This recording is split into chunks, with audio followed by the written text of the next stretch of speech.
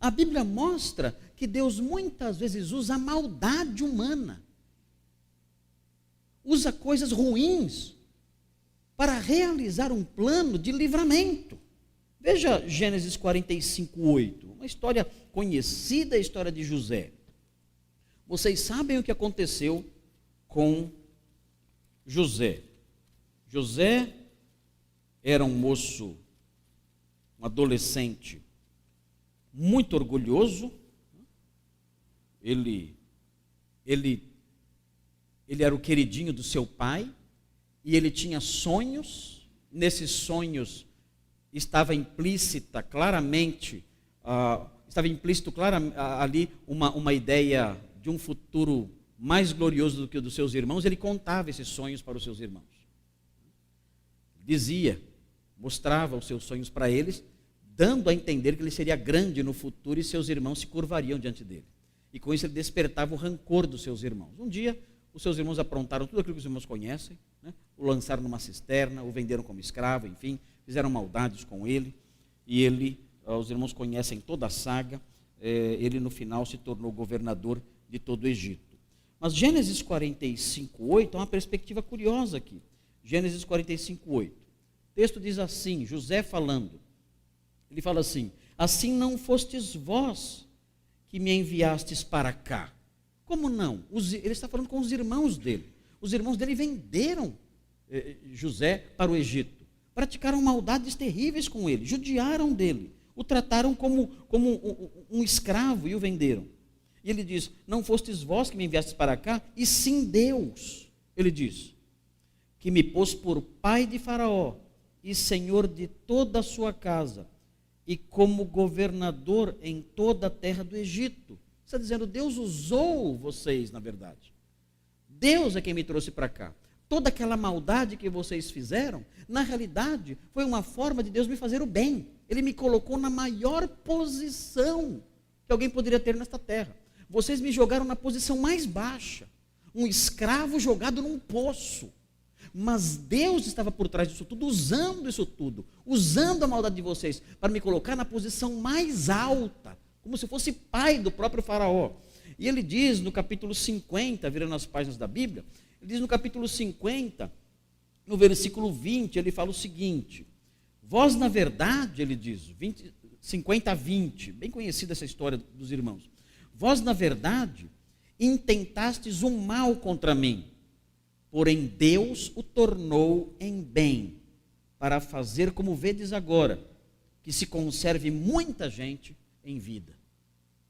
Deus usou o mal, a maldade de vocês, a inveja de vocês, o crime de vocês, Deus usou tudo isso para me proteger e para proteger toda a nossa família. Se eu não estivesse aqui, todos nós morreríamos de fome.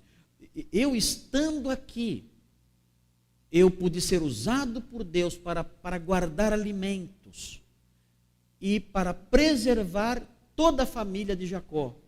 Vocês intentaram o mal, mas o Senhor usou isso para promover o bem.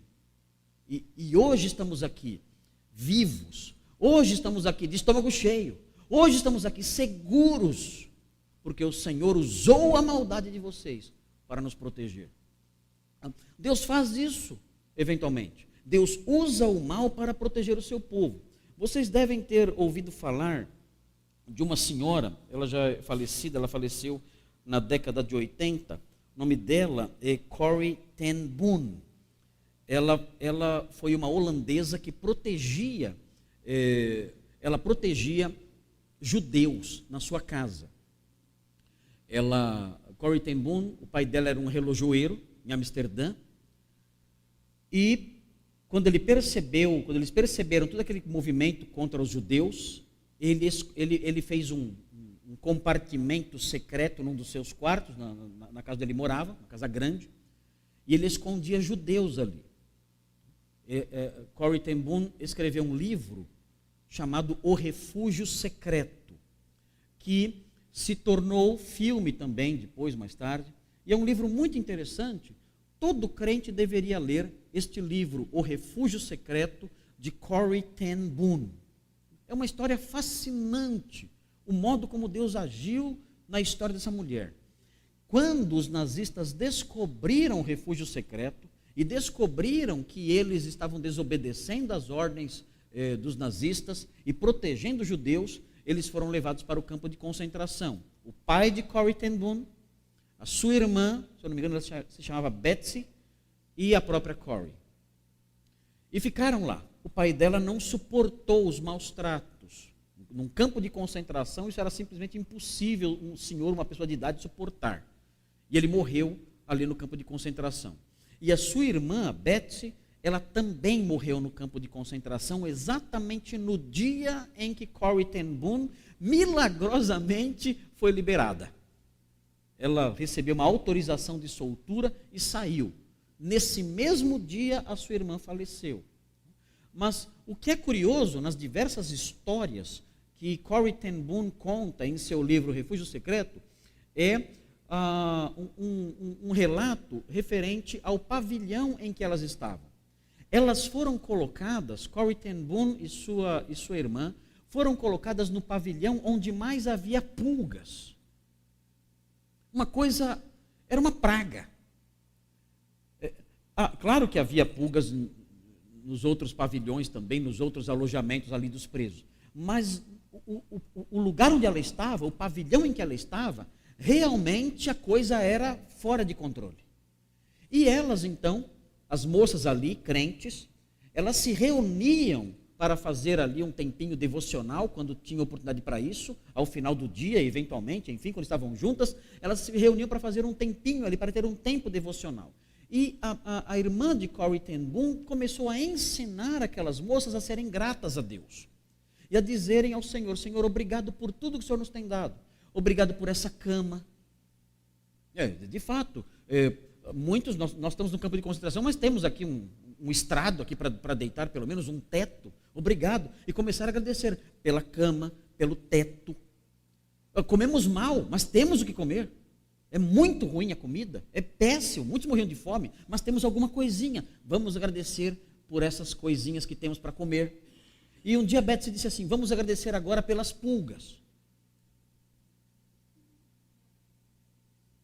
Como é que é? Nós vamos agora agradecer pelas pulgas. Não, isso não. As pulgas. Tem que repreender em nome de Jesus essas pulgas aí.